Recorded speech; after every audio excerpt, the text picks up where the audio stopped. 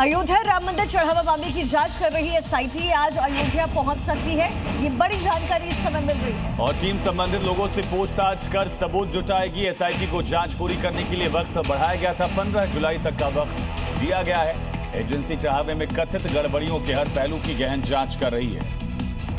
ये बड़ी जानकारी है। पूछताछ कर सबूत जुटाने की कोशिश एसआईटी की टीम करने जा रही है।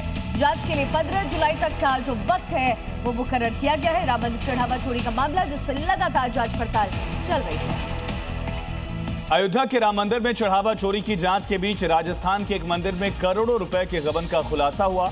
जानकारी के मुताबिक चढ़ावे में आए सोने चांदी के रिकॉर्ड गायब मिले,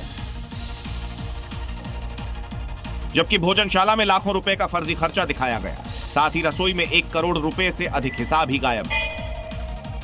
बुटाटी धाम का श्री चतुरदास महाराज मंदिर देश विदेश के लकवा से पीड़ित मरीजों और श्रद्धालुओं की आस्था का प्रमुख केंद्र है।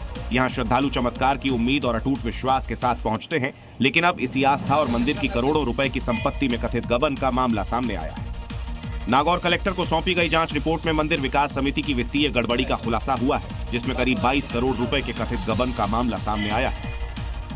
सुप्रीम कोर्ट ने ज्ञानवापी, मथुरा और संभल के विवादित धर्म स्थलों से जुड़े मामले में आपसी सुलह की संभावनाएं तलाशने के निर्देश दिए। इसको लेकर के सुप्रीम कोर्ट परिसर में स्पेशल लोक अदालत भी लगी,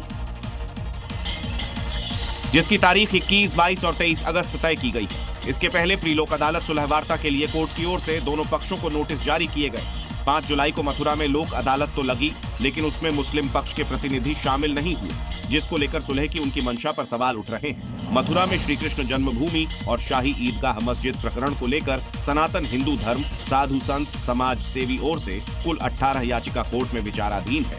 हिंदू पक्ष इस पर सुलह चाहता है, लेकिन मुस्लिम पक्ष तैयार नहीं है। अयोध्या से बड़ी खबर है, कंट्रोल रूम संचालन में फेरबदल की जानकारी मिल रही है। पूर्व कर्मियों की छुट्टी कर दी गई है। गोपाल राव की करीबी को जिम्मेदारी, यात्री सुविधा केंद्र पर सुमेश तैनात।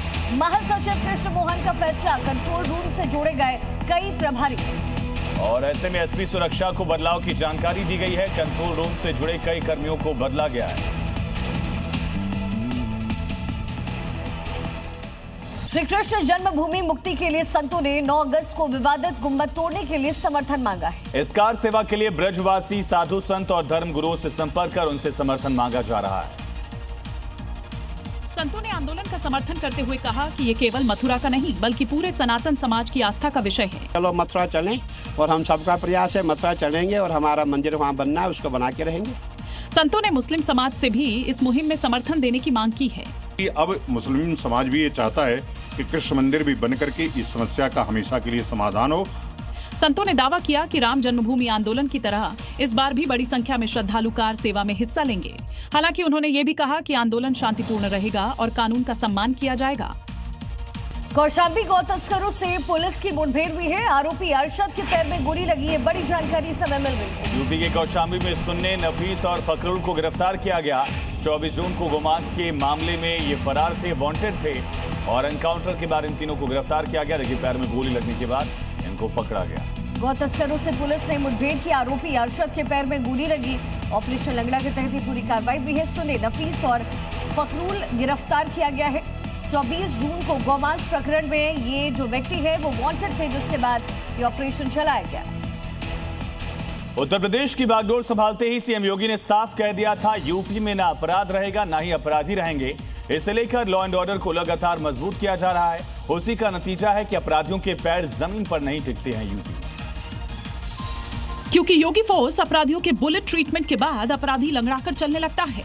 उसे चलने के लिए दूसरे के कंधों की जरूरत पड़ती है, क्योंकि उसने कानून को चुनौती दी है। कहीं छिनैती या लूट की घटना घटित हो गई तो कुछ ही घंटों में अपराधी जेल के शिकंजों में होता है और लंगड़ाता हुआ चलता हुआ दिखाई देता है। योगी के इस बयान का उदाहरण बरेली से सामने आया है, जहां रेप के आरोपी जुबैर को मुठभेड़ के बाद अरेस्ट किया गया, लेकिन वो अब चलने लायक नहीं बचा है।